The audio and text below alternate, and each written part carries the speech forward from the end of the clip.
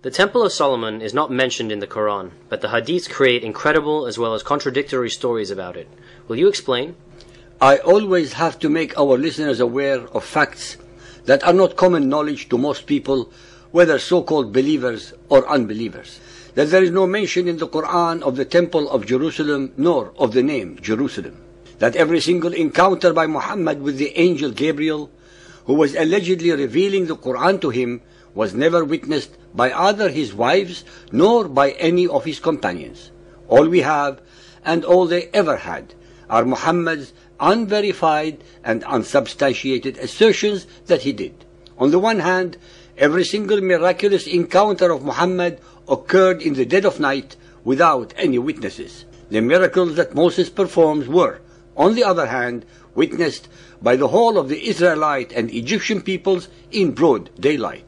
Now, let me recite the single verse in the Quran, upon which an incredible myth was created, the results of which reverberate 1400 years later in the 21st century. Surah Al-Isra 17.1. Glory to Allah who did take his servant for a journey by night, from the sacred mosque to the furthest mosque, whose precincts we did bless, in order that we might show him some of our signs, for he is the one who heareth and seeth all things.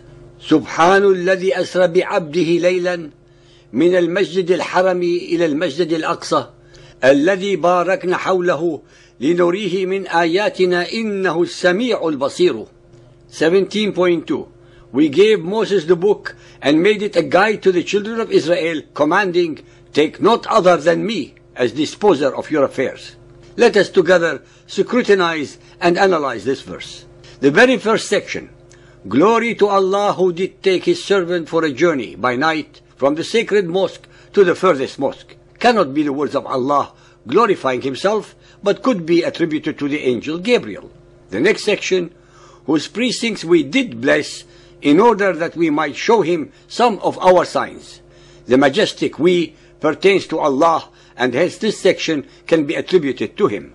The third section, for he is the one who heareth and seeth all things, is once again about Allah and could have been Gabriel doing the reciting. Hence we have Gabriel reciting first, then Allah, and finally Gabriel. The second section then represents Allah addressing Muhammad directly, which should not have been the case, especially since nowhere in the Quran or Hadiths is there any mention that Muhammad received his inspirations directly from Allah, and if this were the case, what therefore was the need for Gabriel? After all, Moses was addressed directly by Allah as Kalimullah and needed no intermediaries. There is absolutely no indication as to where Al-Masjid Al-Aqsa is. Neither is there any word or expression assuming a miraculous event. It is a simple statement that Muhammad was taken on a journey from Mecca to an undisclosed holy destination. No human being can connect this alleged event to any point on earth, let alone Jerusalem. Moreover, the very next verse jumps from the 7th century AD to the 15th century BC without batting an eyelid, although the two subjects have absolutely no relevance to each other. If the event mentioned above were truly miraculous, there would have been more verses to follow, extolling and elaborating upon the subject. Nothing of the kind can be found in the Quran. This event presumably occurred just before Muhammad migrated to Medina in 622 AD. For the next 150 years, no one ever connected this event to Jerusalem or anywhere else. Then comes Muhammad ibn Ishaq, and his biography of Muhammad, called Sirat Rasulullah, page 181, section The Night Journey and the Ascent to Heaven, as translated by Alfred Guillaume in his monumental The Life of Muhammad. Ibn Ishaq was researching, compiling, comparing and contrasting stories that he heard from Muhammad's companions, their descendants or friends and family, to compose his biography of Muhammad.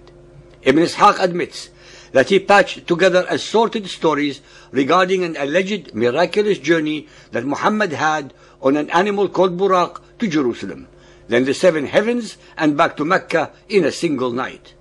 This becomes one source, among others, of the worst cases of deceptions and contortions of facts and religion propagated by the Quran and Hadiths that have ever been perpetrated upon the human consciousness since the beginnings of recorded history. It is upon these unfounded and unsubstantiated lies that the Arabs and the followers of Muhammad lay their claim upon Jerusalem.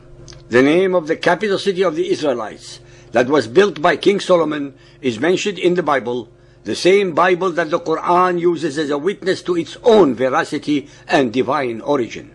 1 Kings 6.1. In the 480th year after the children of Israel's exodus from the land of Egypt, in the 4th year of Solomon's reign over Israel, he built the temple for the Almighty. Jerusalem became and remained the capital of the Israelites and later the kingdom of Judea until its final destruction by the Romans in 135 AD. The only capital and spiritual center of the Israelites and the Jews for almost 1,000 years. Even during the centuries leading to the Arab conquest of the city, Jerusalem remained the singular and most persistent spiritual focus of the Jews and their hope to return from their exile to the land of their birth. I would like to point out to those followers of Muhammad who may be listening that the name of Jerusalem is mentioned 667 times in the Bible, while there exists not a single mention of it in the whole of the Quran. Also, while the followers of Muhammad keep repeating ad nauseum the mantra that it is their third holiest place, they deliberately, willfully, and with utter contempt to history, religion, and reality, ignore the fact that it is the first, foremost, and only holy city for the Jews whose capital it has always been. They also deliberately and very conveniently disregard and overlook the fact that it was the hordes of the Arab followers of Muhammad who occupied the city and took it away from the Byzantine Christians when they conquered their empire and subjugated its native peoples.